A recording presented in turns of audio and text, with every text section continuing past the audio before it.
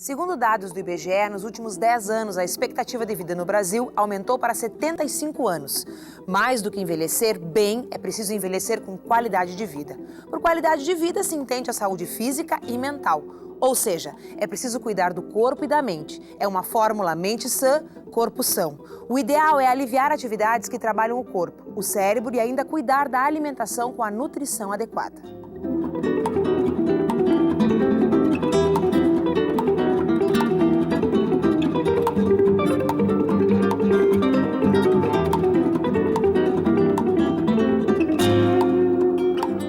Na Universidade de Passo Fundo, um projeto de pesquisa estuda os efeitos do treinamento com jogos interativos na capacidade funcional e cognitiva dos idosos. Mas antes de falarmos sobre isso, vamos acompanhar a reportagem produzida pelo Núcleo Experimental de Jornalismo em parceria com a UPF-TV.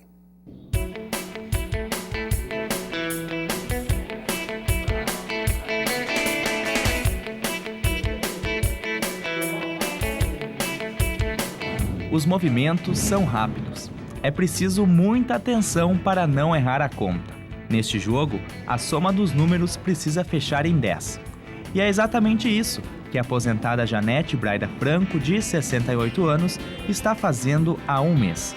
Mas o resultado não é só matemático, é na vida. Eu gosto de fazer atividades, né? E eu preciso mesmo, porque a gente, nessa idade, precisa ter alguma coisa para ocupar a mente, né? Então é isso que eu gosto de vir aqui por causa disso. A sala é grande e espaçosa. É possível que até 3 pessoas joguem ao mesmo tempo. Arminda da Silva Brito, de 70 anos, participa das atividades para se manter sempre ativa. Para a gente fazer ginástica, para a gente conversar, tem bastante amigas lá e foi muito bom. O que a Janete e a Arminda têm em comum? Além da força de vontade, as duas fazem parte de um grupo formado por 6 pessoas que participam de um estudo desenvolvido pelo mestrado em envelhecimento humano da UPF. Agora nós temos a parte prática da intervenção do nosso projeto, mas teve muita coisa por trás disso. Antes de nós iniciarmos os jogos, essas intervenções, nós elaboramos um projeto, ficamos um ano, eu, meu grupo de pesquisa, com o professor Adriano, o pessoal do mestrado, elaborando esse projeto.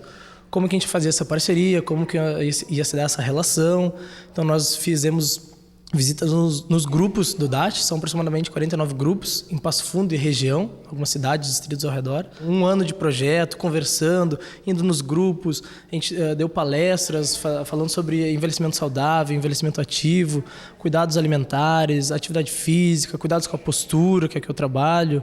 Então tudo isso para hoje a gente conseguir esse grupo que a gente tem.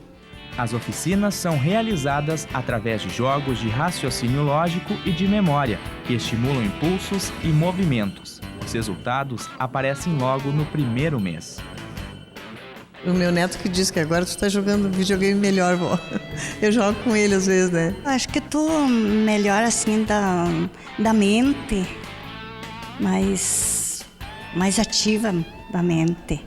E todas essas ações que nós mostramos na reportagem são de um projeto de pesquisa da UPF que estuda a influência dos jogos interativos na aprendizagem e na percepção dos idosos. Acompanhe agora no estúdio mais detalhes sobre este projeto. É com você, Bibiana.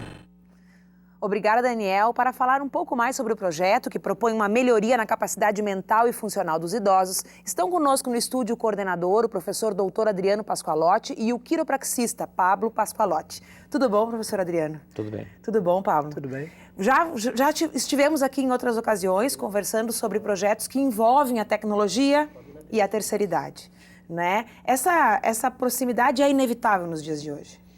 Bibiana, há grandes temáticas hoje em voga na pesquisa sobre longevidade. Nós aqui na UPF, das 4, até definidas pela própria Organização Mundial da Saúde, que é a reposição hormonal, a parte da nutrição, da suplementação nutricional, capacidade física e treinamento cognitivo, sendo que, junto com a parte nutricional, a restrição calórica é um outro segmento, nós trabalhamos com 2. o treinamento com jogos, o treinamento cognitivo e também funcional pela condição que esses jogos permitem nas atividades físicas e a parte da suplementação. Duas temáticas que o grupo de pesquisa ao qual eu coordeno entende imprescindíveis para melhorar as condições dessas pessoas na sua vida diária, na condição da percepção espacial sobre um aspecto de resolver um problema, na memória, na atenção, e o jogo é absolutamente algo que não tem restrição nenhuma. Diferente da recomposição hormonal, da reposição hormonal e da restrição calórica, que tem sim alguns ônus, o treinamento cognitivo e a parte da suplementação de flavonoides, de antioxidantes, que absolutamente isso só dá benefício ao sujeito, ao idoso. Aliás, a qualquer pessoa, a gente não está falando somente de Talvez pessoas idosas. Talvez se nós começássemos a fazer isso antes, não chegaríamos na idade mais longeva tão debilitados ou frágeis nessas questões. E o treinamento cognitivo, ele é sim um fator de proteção a algumas demências, ao Parkinson, à doença de Alzheimer, algumas outras demências vinculadas à perda de memória, à perda de atenção. E o mais interessante disso tudo é que não apenas melhora, como consolida, como há uma cristalização desse processo. A gente sabe de resultados de pesquisas que comprovaram que um resultado de uma atividade desenvolvida com esse tipo de jogo, com esse tipo de intervenção, permite que o idoso retorne a uma condição cognitiva da época que ele era jovem. Uma recuperação. Uma recuperação. E há uma manutenção disso. Um exemplo prático. Se nós estamos possibilitando uma atividade que é lúdica, porque o jogo permite, nesse caso, uma adesão... E esse jogo não é um jogo de controle, né? Porque como há uma captação por câmeras automáticas, é o movimento, a atividade do deslocamento dos membros superiores e dos membros inferiores, e por isso que está relacionado à atividade cognitiva a parte funcional também. A gente sabe que esse deslocamento permite uma melhora no equilíbrio, uma melhora na velocidade da marcha, uma melhora nas condições de responder a uma demanda das atividades diárias, levantar de uma cadeira, tomar um banho, trocar roupa, enfim, coisas básicas. Essenciais para o dia a dia. Essenciais. E aí, para o idoso, para a pessoa que está ali, é uma atividade lúdica, de uma brincadeira que está realizando por um passatempo. E, literalmente, nessa relação pessoa-game, pessoa exergame, que é o nome que é dado pela comunidade científica, é apenas isso mesmo. Mas na estrutura funcional e cognitiva, indicadores estão sendo trabalhados, parâmetros estão sendo modificados. Pablo, qual é a função do quiropraxista nesse processo? Então, o nosso projeto também... O Pablo é bolsista do projeto, né? O Pablo é mestrando, me orientando no mestrado em envelhecimento da UPF, e atualmente, quando ele foi selecionado, ele obteve uma bolsa da CAPES, ele é bolsista CAPES. Bacana.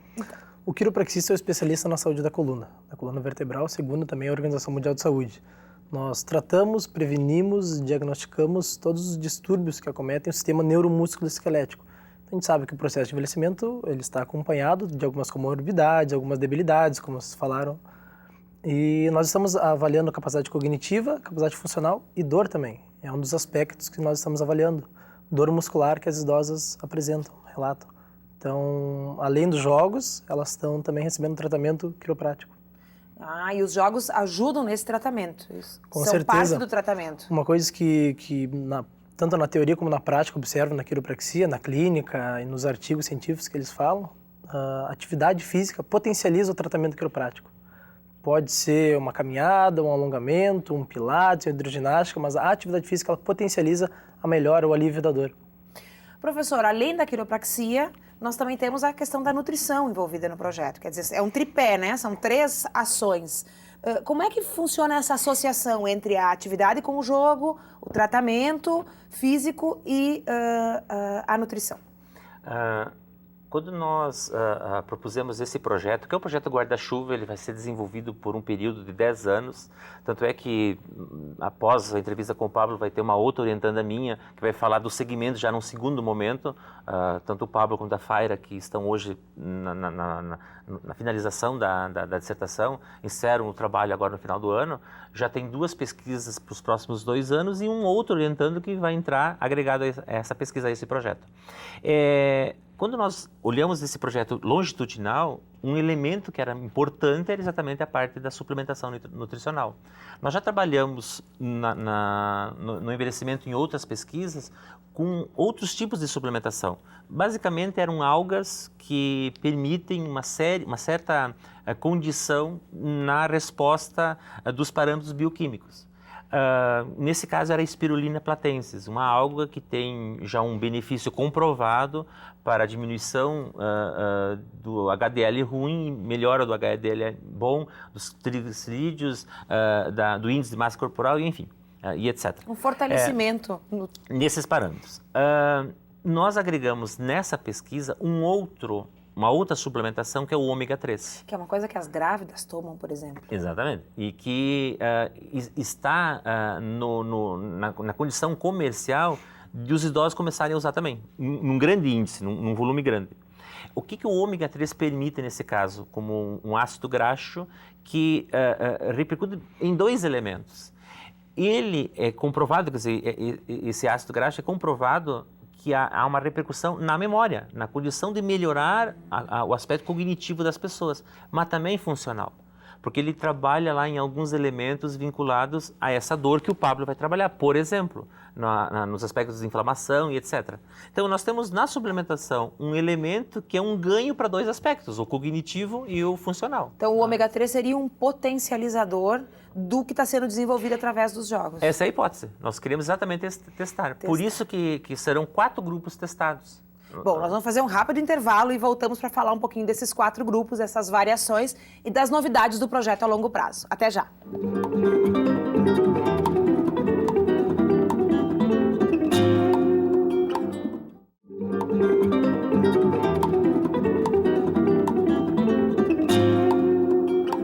O Universidade Aberta de hoje fala sobre um projeto de pesquisa desenvolvido pelo mestrado em envelhecimento humano da UPF, que busca melhorar a atenção e memória, assim como o alívio da dor em pessoas idosas. Continua conosco no estúdio o coordenador do projeto, o professor doutor Adriano Pasqualotti, e a biomédica Melina Espanhol. Tudo bom? Melina, seja bem-vinda ao programa. Professor, estávamos falando no bloco anterior, então, sobre esses 4 grupos de pessoas que fazem parte do projeto que estão sendo observadas. Que grupos são esses? Quando o projeto foi institucionalizado, eu fui atrás de uma parceria do DAT, que é vinculada à Coordenadoria da Atenção ao Idoso, da Prefeitura de Passo Fundo, que autorizou nós coletarmos dados sobre todos os grupos que são atendidos, grupos de convivência dessas pessoas idosas atendidos pelo DAT.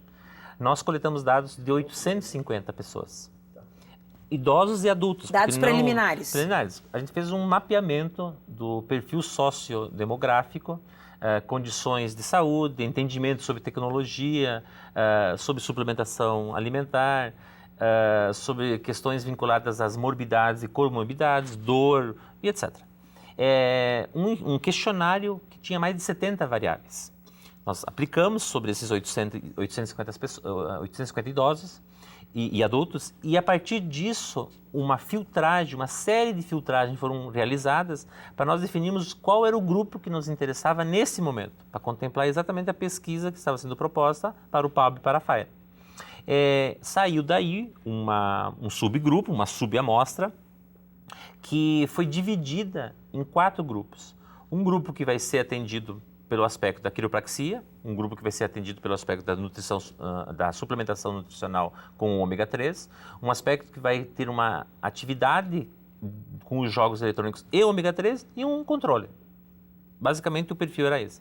E o que nós estamos querendo fazer é essa comparação de um grupo que foi avaliado por os parâmetros bioquímicos e funcionais que foram avaliados no início e no final.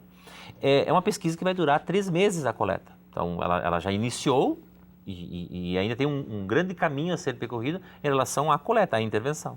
Mas a gente já percebe resultados imediatos. ou da adesão, isto é, da autoestima, que as pessoas se sentem participantes disso e motivadas a continuar. Resultados secundários, que não estavam sendo procurados, mas que se revelam. Exatamente, que ficam num aspecto do empirismo, isto é, a gente consegue já pela percepção que ocorre no momento da intervenção, essas melhorias. Uma delas que me parece assim, que está relacionada ao que a teoria diz, a literatura, com os nossos dados, é exatamente a relação que ocorre entre a parte funcional e cognitiva. Por que há uma melhora da memória e da atenção? Os dados indicam que, como há um aumento do fluxo sanguíneo no cérebro, isto é, toda a parte cardiorrespiratória melhora, porque está ali se movimentando, está tendo que fazer uma exigência física para responder um movimento, para, por exemplo, estourar lá um balão que tinha um número, e esse número representava um problema aritmético, um problema lógico-matemático. Esse deslocamento fez com que houvesse um aumento dos batimentos cardíacos e um fluxo maior de oxigenação no cérebro. Isso é o resultado lá internamente, na estrutura do cérebro, onde as ondas tetas, isso é o que diz a literatura, onde as ondas tetas elas são alimentadas e potencializadas e aí há a cristalização. Isso é o que o dado indica, isto é, todos os aspectos de ressonância magnética e de avaliação que são realizados para fazer essa mensuração. Mas quando a gente pergunta para o idoso como ele está se sentindo, qual é a percepção dele sobre a sua vida? Ele responde, não, eu melhorei, eu já percebo algumas coisas. Isso somente da atividade. Quando a gente coloca a suplementação de ômega 3, isso aumenta mais ainda. E aí também há a questão do placebo. Tem um outro elemento aí que simplesmente por estar consumindo algo, a pessoa se sente protegida, se sente blindada em alguns aspectos, e isso é direto, é automático, há melhora. Né? Mas, para confirmar todos esses dados, todos esses indicativos, para refutar ou não as nossas hipóteses, os dados vão ser retomados, quer dizer, todos os parâmetros serão realizados no final, novamente, vamos repetir, e é um número enorme de exames que são realizados, psicológicos, bioquímicos, funcionais. É isso que eu ia perguntar, qual é o papel da biomedicina nesse processo? Então, a biomedicina ela trabalha com análises clínicas, análises laboratoriais. Então, a gente trabalha na parte, eu particularmente, na parte dos parâmetros bioquímicos que estão sendo avaliados. Dos quais o professor falou antes. Isso, exatamente. Marcadores inflamatórios, perfil lipídico das idosas. E o que tu já consegues observar? Podemos observar, assim, certos aumentos nos marcadores inflamatórios que foram realizados agora no primeiro momento e esperamos que diminuam, né, após a intervenção. Então, quer dizer, as pessoas chegaram com um parâmetro alto, inflamatório. Exatamente. E aí o desejo é que ao final do processo esse parâmetro... Até pela utilização, suplementação do ômega 3, né? Ele mesmo auxilia na diminuição dos marcadores inflamatórios. Adriana, a gente percebe, como em todos os projetos que eu recebo aqui no UniAberta, que a interdisciplinariedade é algo que não pode mais ser negada. Né? Todas as áreas são interdisciplinares. Os projetos, mesmo aqueles dentro de um ou outro programa, que são programas mais específicos e menos, não são de natureza interdisciplinar, mas que a interdisciplinaridade se revela. Né? Tu trabalha com uma equipe muito múltipla. Né? Então, tu tem uma biomédica, tu tem um quiropraxista. Quem mais faz parte dessa equipe? Esse é o nosso princípio do mestrado. Né? Eu sou matemático. E quando eu digo que há mais de 15 anos eu pesquiso a área da gerontologia, da geriatria, e nunca orientei um matemático, e sim profissionais das mais diversas áreas, há um certo Mas também isso é prova de que a matemática está em todos os lugares. É verdade. E a estatística, no meu caso específico, né, ou mais específico. Junto com essa pesquisa, nós temos a Faira, que é uma nutricionista, o Pablo, quiropraxista, a Melina, uma biomédica, a Mônica, uma psicóloga. O médico, que é o José Maurício, que vai fazer um trabalho para verificar lá no futuro os aspectos das pessoas com alta longevidade, quer dizer, a grande longevidade, acima de 80 anos. Me interessa o que é considerado idoso hoje? Porque a longevidade né? Já mudou, os parâmetros de longevidade já mudaram. O que é considerado uma pessoa idosa? Do aspecto jurídico, é o que diz lá o Estatuto do Idoso, no nosso caso, no Brasil, por ser um país em desenvolvimento, é 60 anos ou mais. Mas há outros documentos de referência mundial, por exemplo, da Organização Mundial de Saúde, que define 65.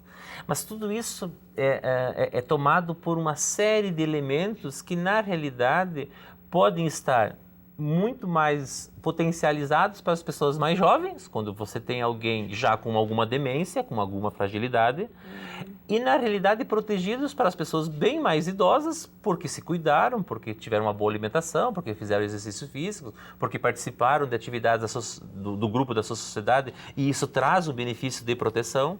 Então, essa idade ela é quase assim um número cabalístico. É tomada apenas como uma referência.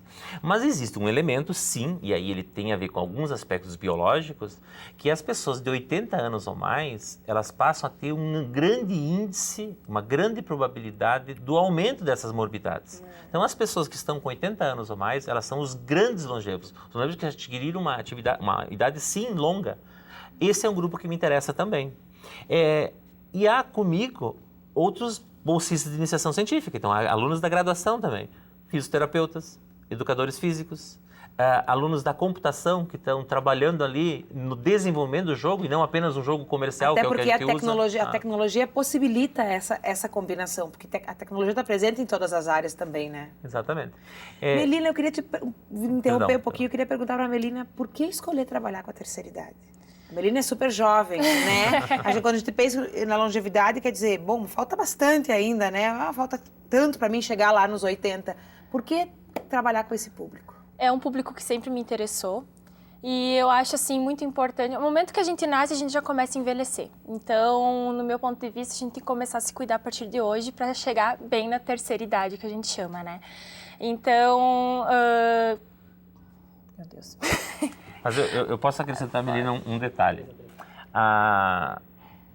Nós, no Brasil, se nós olharmos a curva de crescimento da expectativa, nós vamos crescer, o crescimento demográfico, até 2040, perdão. Esse seria o valor hoje estimado pelo IBGE.